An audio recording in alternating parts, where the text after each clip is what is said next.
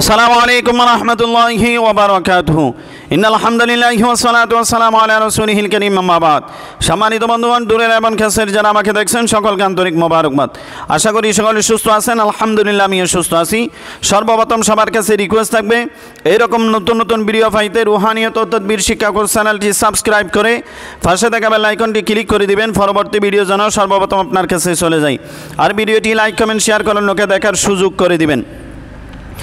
আমি যে আমলটা আজকে বলতে যাচ্ছি সেই আমলটা হলো শত্রুর হাত থেকে নিরাপদ থাকার আমল, সূরা ইয়াসিনের আমল। সূরা ইয়াসিন দ্বারা শত্রুর হাত থেকে নিরাপত্তা থাকার আমল। কিভাবে আপনি শত্রুর হাত থেকে নিরাপদ থাকবেন? সূরা ইয়াসিনের মাধ্যমে। কিভাবে আমলটা করবেন? আমলটা করবেন আপনি ঘর থেকে বের হওয়ার সময়, যেমন আপনি কোনো কাজে যাচ্ছেন অথবা কোনো মোকাবেলায় যাচ্ছেন অথবা কোনো স্থানে যাচ্ছেন, কোনো দরকারি কাজে যাচ্ছেন, সেইখানে শত্রুর দ্বারা ক্ষতিগ্রস্ত হওয়ার আশঙ্কা রয়েছে, তাহলে আপনি ঘর থেকে বের হওয়ার সময় সূরা ইয়াসিনটা তেলাওয়াত করবেন।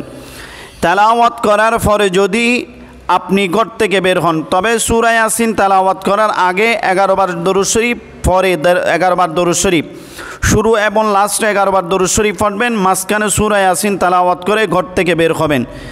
ইনশাআল্লাহ এই সূরার বিনিময়ে, সূরার উসিলায় আপনি যদি শত্রুর সামনে দিয়েও হেঁটে যান, আপনাকে শত্রু আর দেখবে না। কারণ এটা সূরা ইয়াসিনের মুআজিজা, সূরা ইয়াসিনের ফজিলত।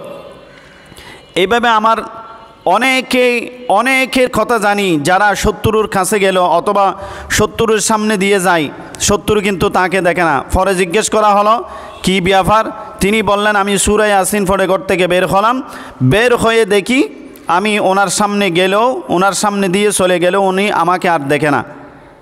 ইনশাআল্লাহ আপনি যদি আমল করেন তাহলে শত্রুর হাত থেকে আপনি নিরাপদ থাকতে পারবেন, মুক্ত থাকতে পারবেন। আসসালামু আলাইকুম ওয়া রাহমাতুল্লাহি ওয়া বারাকাতুহু।